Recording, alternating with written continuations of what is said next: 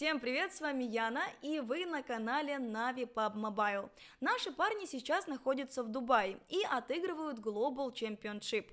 Половина турнира уже позади, а это значит, что самое время поговорить с самым, пожалуй, крутым клоусфайтером Европы и СНГ, а именно с Тигзи. Тем более вы просили, вы ждали, вот и получайте.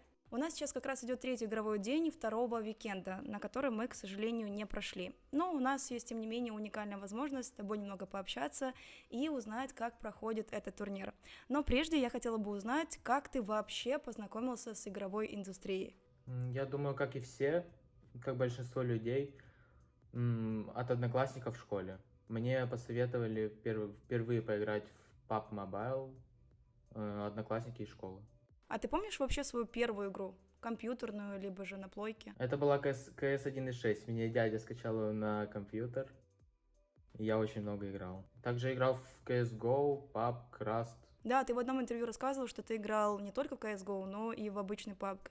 И даже наиграл около 1000 часов, но это были обычные паблики. Ты не думал попробовать себя на киберспортивной арене, той же CS либо PUBG? Не, знаешь, как-то мобильные игры меня затягивают больше. Наверное, своей, как сказать... Мобильностью? Да, Ну, в том плане, что ты можешь мобильностью. везде играть. Да. А в компьютерные игры я смогу, наверное, только дома играть. А если у тебя есть возможность и время, во что ты играешь обычно на ПК?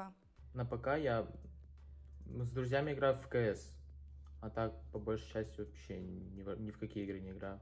Просто паблики или, может быть, Faceit? Не, просто паблик. Еще бывает Valorant играю. О, как тебе Valorant? Но неплохая игра, но мне не нравится в ней, как сказать, у героев вот эти... Спеллы? Да, Ульта? спеллы не нравятся. Кстати, ты пробовал другие королевские битвы? Вот, к примеру, тот же Fortnite, он тоже есть в мобильной версии. Я в Fortnite играл даже, и в мобильную, и в ПК, но немного, я не знаю, зашел на часик, сыграл пару карт, но мне никогда не зашло вот это строительство, стрельба, не знаю, не мое. Почему ты именно такой себе выбрал ник? С чем это связано? Я не знаю, я просто думал, сидел, подбирал чисто буквы. Просто у меня вот получился такой ник, чисто из-за букв. А какие ники были перед Тигзи? Был ник у меня Сенка, это вот самый первый мой ник, который в PUBG Mobile я зарегистрировал. Матик в нашем интервью говорил о том, что мобильная версия PUBG и классический PUBG — это две абсолютно разные игры. Ты тоже так считаешь? Да, тоже так считаю. Механика, зоны, графика. Все Все по-другому. разное. Это две разных игры, я тоже так считаю. То есть, если тебя посадить за компьютер и включить тебе PUBG, то ты будешь играть не на том же уровне, что и на телефоне. Да, я играл, и это выглядело смешно. Лучше пусть этого никто не видит. В какой момент ты прям понял, что ты хочешь развиваться именно в этой индустрии, и что вполне возможно, это твоя будущая профессия? Когда я выиграл Европу с Canina Power, если знаешь такую команду, Ну да, она чуть-чуть знаю. сейчас... Тогда я понял то, что, это мое, потому что я там заработал свои первые деньги. Сколько времени ты изначально уделял тренировкам в PUBG? Изначально я играл не так много. Я играл раньше для себя, не знаю, по часу, по два. Сейчас, понятное дело, в разы больше. Как обычно проходит твоя индивидуальная тренировка? Но у меня ничего особенного. Я захожу, играю пару ТДМок, чтобы постреляться, почувствовать сенсу, почувствовать телефон. Потом играю паблик, там, соло против сквадов особенно люблю играть, падать будку. Там я тренирую свой close fight. И вообще, когда файтишься 1 в 4, именно как на тренировке, это развивает твое мышление, и это все переносится потом в турниры. А как ты совмещал мобильный PUBG с учебой? Но у меня хватало времени. У меня учеба заканчивалась в 2, я шел и потом играл дома. Full день. А как родители реагировали на такое твое увлечение? Они вообще знают, что такое киберспорт, то, что там можно заработать деньги, и не были против. А младшие братики? Младшие братики у меня сами играют. Один в PUBG Mobile играет, один в ПК PUBG. У них бывают какие-то конфликты на тему, какой PUBG лучше, мобильный или все-таки ПК? Да, не бывает. Со мной даже брат спорит. то, что ПК PUBG лучше. Как уже сейчас семья реагирует на твои успехи, на то, что ты уже в крупной организации? Они очень рады за меня, поддерживают меня на каждом турнире, болеют, смотрят каждый турнир, на котором я играю. Младший брат у меня смотрит, звонит мне, иногда говорит, что делаю не так. М19 — это твоя первая киберспортивная организация. Да, все верно. Как ты попал в эту команду? Прошлый состав М19 доигрывал турнир. Они доиграли его не так успешно, как хотелось бы. Они отлетели в топ-24 на групповых этапах. И 2 игроков отписали из-за плохих результатов, ну, из-за плохой статистики. А на тот момент у меня была уже какая-то медийность на ютубе. И просто мне написали в Дискорде: «Го, поиграем вместе». Ну, я и согласился. Ну, по итогу вы не прошли квала на PMSO, и тебе пишет Гонза и предлагает сыграть вместе. Как тебя встретила твоя новая команда, и чем КП отличались от тех же М19? Парни меня приняли отлично, все очень хорошие. У них было больше опыта, даже у того самого Гонза, который мне успешно передал, и теперь я вот таким являюсь. И несмотря на то, что вы довольно-таки молодая команда, которая собралась относительно недавно, вы очень быстро становитесь топ-1 СНГ.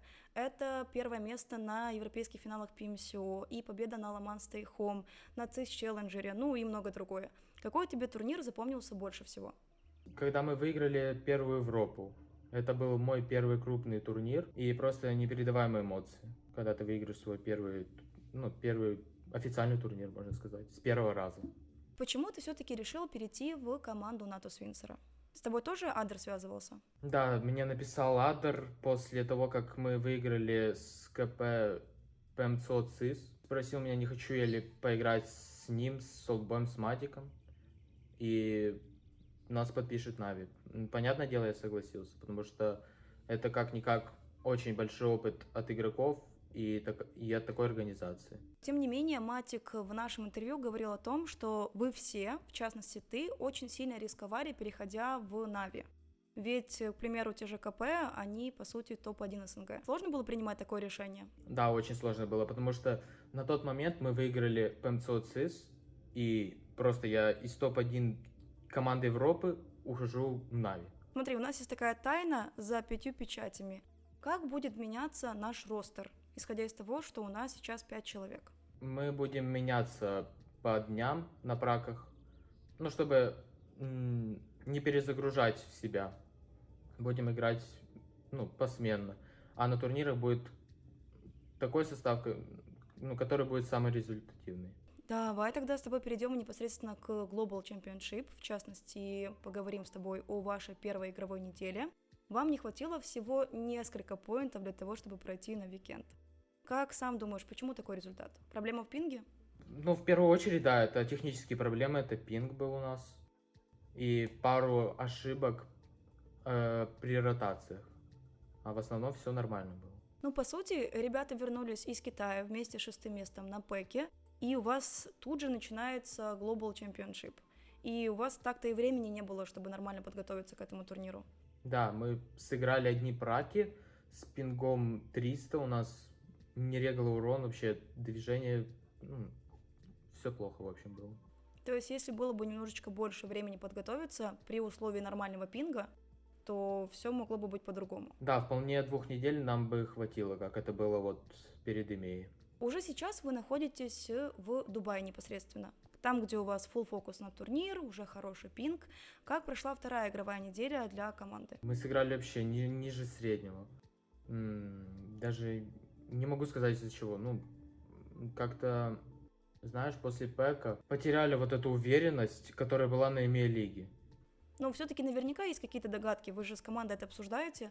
То есть какие ошибки, над чем нужно поработать?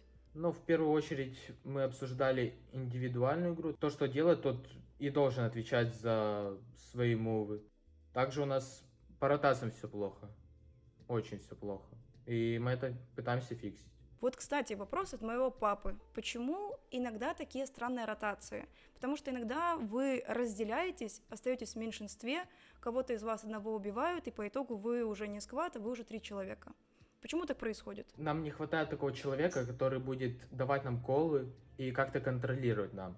Для этого нам вот нужен Адер. Раз мы уже заговорили с тобой за Адера, как ты думаешь, Адер сможет усилить команду? Да, думаю, он сможет усилить даже очень сильно команду. Он невероятно сильный механически. По общению он очень приятный человек.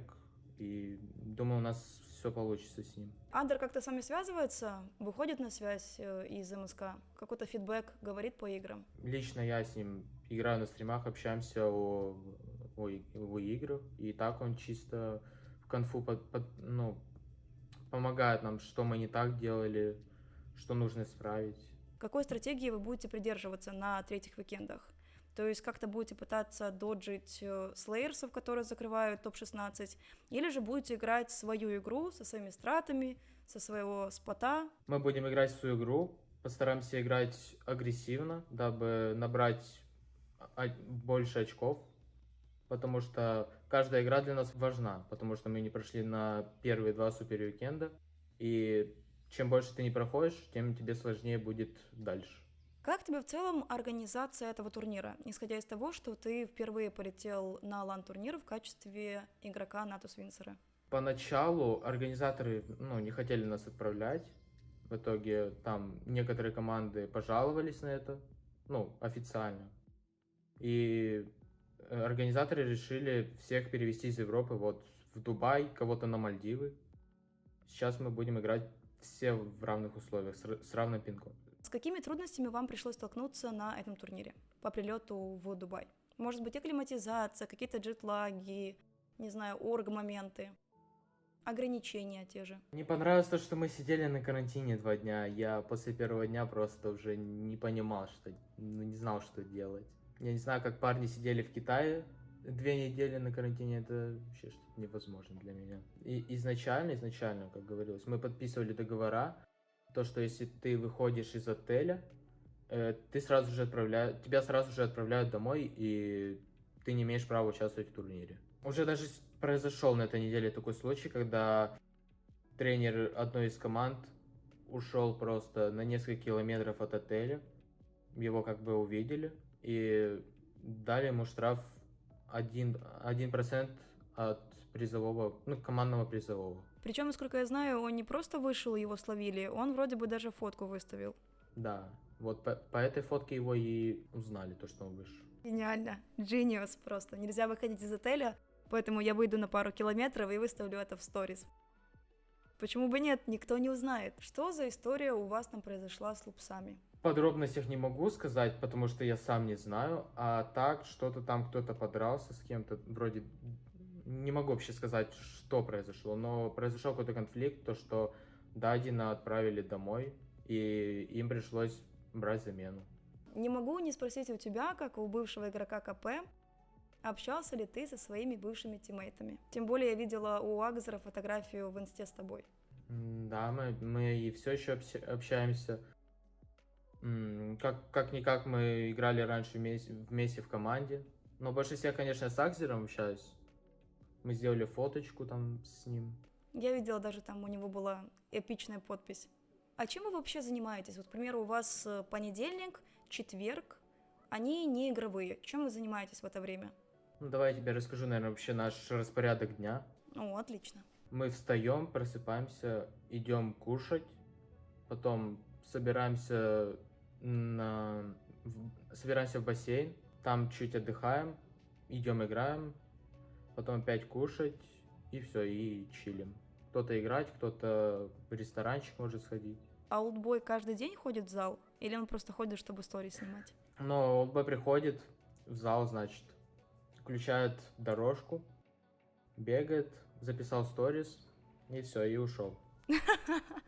Просто это интервью будет называться «Разоблачение олдбоя». Он во мне олдбой, знаешь. Ребята буквально вчера записывали ТДМ-ку Тигзи и олдбоя. Обязательно посмотрите, но уже после этого интервью. Смотри, а если бы не команда Натус Винсера, в какой команде хотелось бы выступать? Ну, если так пофантазировать, хотелось бы поиграть за Нову. Походу тебе звонят, мне кажется, это кто-то из Новы. Ну да, еще делать. А так, может, выйди, глянь кто-то. Да, сейчас. Техническая пауза. Чего бы хотелось бы достичь на соревновательной арене мобильного пабга? Может быть, выиграть какой-то турнир, попасть в какую-то команду? Ну, команда меня сейчас устраивает. Я думаю, цель каждого киберспортсмена — это попасть на чемпионат мира и, собственно, выиграть его. А чем ты вообще занимаешься в свободное время? Помимо игр, я люблю погулять с друзьями, сходить и, ну, и все. Ну, сходить куда-нибудь, я не знаю, там в кино с родителями. В конце уже по традиции ты можешь сказать пару слов нашим фанатам и болельщикам. Ребят, спасибо, что поддерживаете нас на всех турнирах, на которых мы играем. И мы будем радовать вас на последующих турнирах, которые будут. Тебе огромное спасибо за то, что ты выделил время в вашем плотном графике тренировок и выступлений. Я надеюсь, что третья игровая неделя пройдет для нас хорошо, и я увижу вас уже на викендах. Ребят, вам также огромное спасибо за то, что посмотрели наше интервью. Обязательно подписывайтесь на наш YouTube-канал, также на все соцсети Тигзи. И, конечно же, ставьте нам лайки и пишите комментарии. А с вами была Яна, Тигзи и канал Нави PUBG Mobile. До скорых встреч!